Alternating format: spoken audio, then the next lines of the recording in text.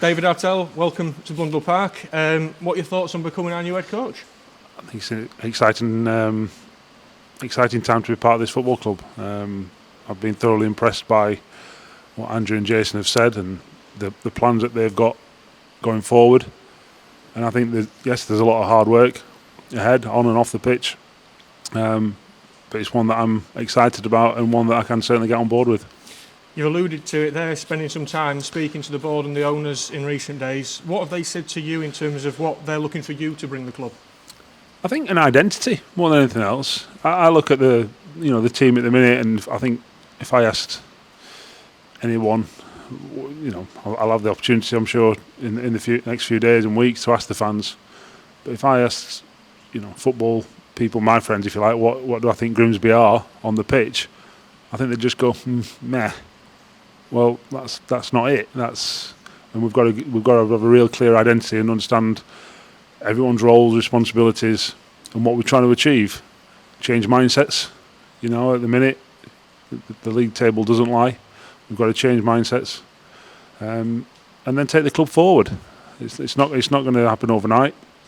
I think we all know that. But at the same time, it's got to start today.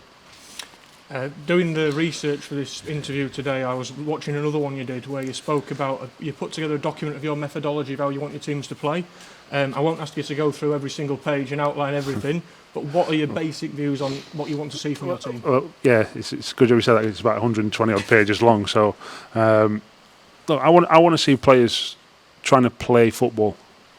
Now, there's different ways of doing that, and I don't want to give all the trade secrets on day one. But at the same time, enthuse the players to learn, to want to get better, to want to, go further in their careers, and Grimsby Town be a stepping stone in their career. And if we do that, then this football club will get better. And that's what we've got to do. And then we're constantly in that, can we improve on this player because he's improved us and now he's moved on. And that's what we've got to do. And it's that sort of cyclical way of making sure that we are sustainable on the pitch. That's my sort of role, if you like. And we've got to make sure that happens. You spoke in that same interview that I watched of going to see other clubs and how they operate.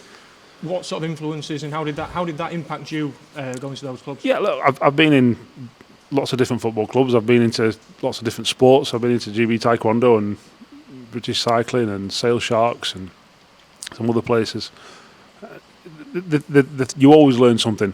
There's always a different way of doing it, and then it's making sure you've got that tool because you might need it. It's certainly not. Oh, it's got to be. People say, "What's your philosophy?" My philosophy is to get the best out of the players that I've got at that given time, and that's what we've got to do. Whilst also making sure there's a greater understanding of where we're trying to go to, as opposed to just from game to game or just making it League Two football, because that's not it. We've got to make sure we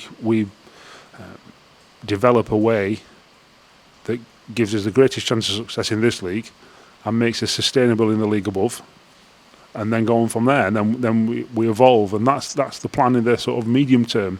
There's a lot more short term stuff involved in that, but that's where we've got to get to. You've touched there on short-term stuff you've got to work on. What are the priorities for you and the squad over the next few weeks? Well, look, the fact of the matter is the league, like I just said a minute ago, the league table don't lie. Have we scored enough? Okay. Have we conceded too many? Definitely. So there's definitely both ends of the pitch. One probably a bit more of a priority, but there's both ends of the pitch. But also understanding the whys and the hows. How we stop goals going in. Why we're doing what we're doing to stop goals going in, but also the other end of the pitch. We're not going to become a part of the bus team. That's not my way. But there's that's the general overview. But there's far more nuance and subtlety than just that. You've got plaudits in the past for working well with the academy crew. I think you worked in the academy before taking the managerial role there. Our youth team are having a pretty strong season. You must be really looking forward to sort of building the relationship between the first team and the academy. Yeah, of course. There's nothing better than getting one or two or three players out of the academy that ends up being in your first team. That surprises everyone. not just people in the building. It surprises everyone because they can be the difference. I'm a big believer that the youth is always the future. I believe that in life, not just football. So we have to look to them. We can't be restrained by them. But at the same time, we've got to give them an opportunity if they deserve an opportunity and if they warrant an opportunity. And also, before that, we've got to make sure that they are working towards warranting an opportunity. We can't just shut that off. That's not how I work anyway. So that shouldn't be a problem. So yeah, obviously, there will be players that will be seen in training initially, and then if they do well enough and understand what we're trying to do and are better than what we've got, they'll definitely get an opportunity. The interim co-head coaches from the last few weeks, Ben Davis and Sean Pearson, are both staying on in the staff. Sean Pearson is your assistant.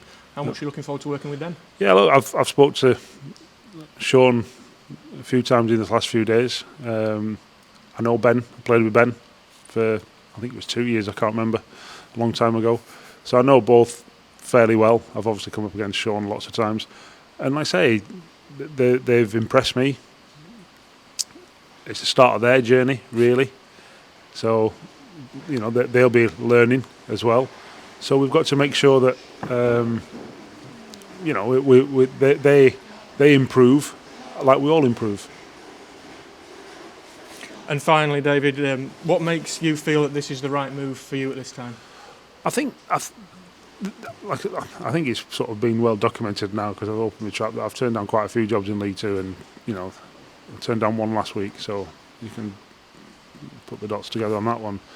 I turned down the assistant head coach at Standard Liège in Belgium before that. So the key thing is there's a plan. Jason and Andrew have been absolutely explicit in the detail of where they want this club to go, and I went, that'll do. That's fantastic. Why? Because quite a lot of other clubs think that I'm the plan, and I understand that. But at the same time, it's not just that. And like I said, Jason and Andrew, I've been mightily impressed with, what they said. Thanks for speaking to us, David, and welcome to the club. Thank you very much.